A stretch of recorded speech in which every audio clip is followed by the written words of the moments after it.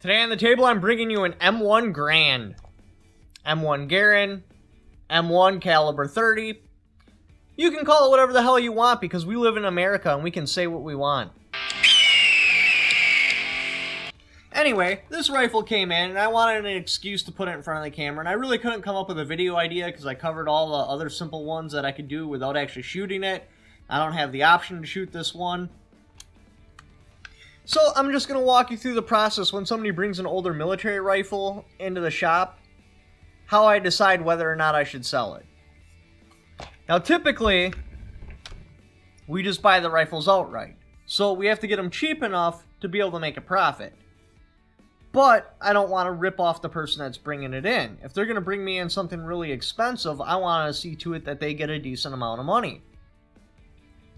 So on this particular rifle, I tore it all apart and I ran the serial numbers. If you're looking at collecting M1 Garands, I strongly recommend getting this book. I'll have a link for it in the description down below. Makes a world of difference when you actually know what you're looking at. So anyway, one second, let me grab a pointer, I'll be right back.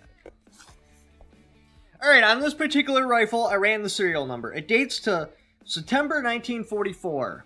The person that did the cartouches on it is Stephen H. McGruber. I think it's McGruber. Which means this rifle just missed World War II. So that brings it in the option of coming into the shop. Because if it's a real expensive rifle and I can't disprove that it's not all original, I'm going to tell the customer, like, hey man, either this is a really good fake, in which case I don't want to rip off the customer buying it, or this is actually original and I don't want to rip you off because I can't give you that kind of money. You need to go to an actual auction house, get it authenticated by somebody that's willing to put their name behind it. So if there's a problem, you're looking at him. And with that authentication, you can bring some real money. For example, we had a Mauser come in. I couldn't disprove that it was not what it was supposed to be. And it was in immaculate condition.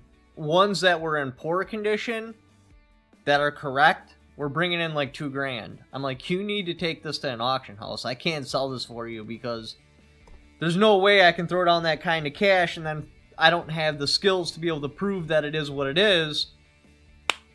And if I sell this and it does happen to be what it is, you're going to lose your ass bringing it to me, or I'm going to wind up ripping off of a customer. This needs to go to an auction house. If you find out it's fake, then yeah, bring it back here. We can sell it because then I have an idea of what it should be priced for. But because there's a possibility it's an original and it's in that good a condition, I can't sell it for you. So anyways, this just missed World War II. It doesn't really kill the value, but now you're not looking at like a $4,000 and $5,000 M1 Garand. Now you're starting to get into stuff that I can sell. So I ran the trigger. It comes back to 1944. The bolt comes back to 1944. The hammer, it goes to 42 or 43. So clearly it doesn't have the original hammer in it. Now there might be some sort of, because sometimes it gets kind of weird, like they might have thrown a different part in there. But either which way, now it's starting to look more and more sellable because now I can sell it on the condition of the rifle, not on some sort of historical sentimental value. The op rod, that comes back as either new or, well, basically a Camp Harry one. It's not even anywhere near the serial number range it should be for a 1944 rifle. So this rifle probably came from Camp Harry. The follower is correct, the safety is correct, and it just missed World War II. So because it wasn't in World War II, and there's definitely some other parts in there, and I'm pretty sure this is supposed to have, instead of the Phillips style, just a straight style gas plug in there. I don't believe this is correct. I'd have to go to the collector book and double check, but I'm pretty sure this is just supposed to have like a flathead style instead of a Phillips head style. So we can sell this on the condition of the rifle because, like I said, it doesn't have that historical sentimental value adding to it. I'm just selling it for what it is. So then I'd go over the condition, I'd look at the wood. These cartouches are extremely shallow compared to other ones I've seen. So there's a chance that this wood has been resanded.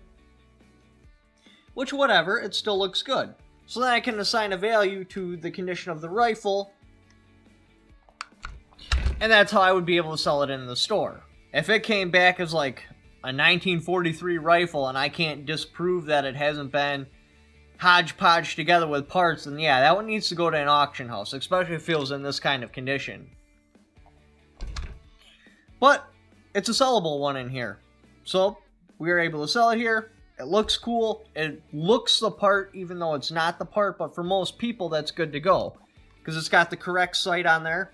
This is a Type 3? I think I wrote it down. Sight, yeah, it's got a Type 3 sight, which fits the date. It's got a milled trigger guard, not a stamped trigger guard, so that fits. The sling, this is about what they would use, I believe. I'll have to double check on that.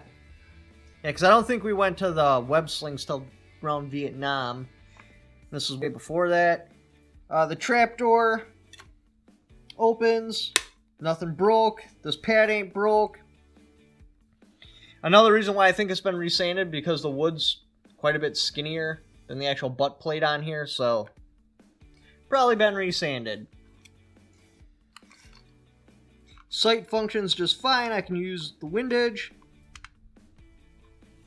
Elevation. Yep, that goes up. Everything seems to be working there. The barrel looks brand new, which I dated the barrel and it goes to 1945. What was it?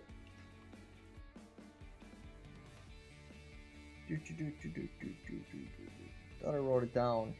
But anyway, with the barrel, they won't directly match the serial number. They can be off by a few months. That's just what I found on the interweb. I don't know why, but you would think that the receiver and the barrels would be manufactured at a similar time and they'd be mass producing them, especially during war times, but with the war being over and that, it kind of makes sense. But it's definitely a mechanically sound rifle with an excellent condition barrel. I like it. That's the only problem with these, is they come in the store and they go right back out. I wish this would sit for a while so I could actually make some shooting footage for you guys. But anyway, if you'd like to help support the channel, got my Patreon right there. Like I said, I got an affiliate link for the book in the description down below. Like, check out any of my other videos, click on the links up here. Thank you for watching. Don't forget to subscribe.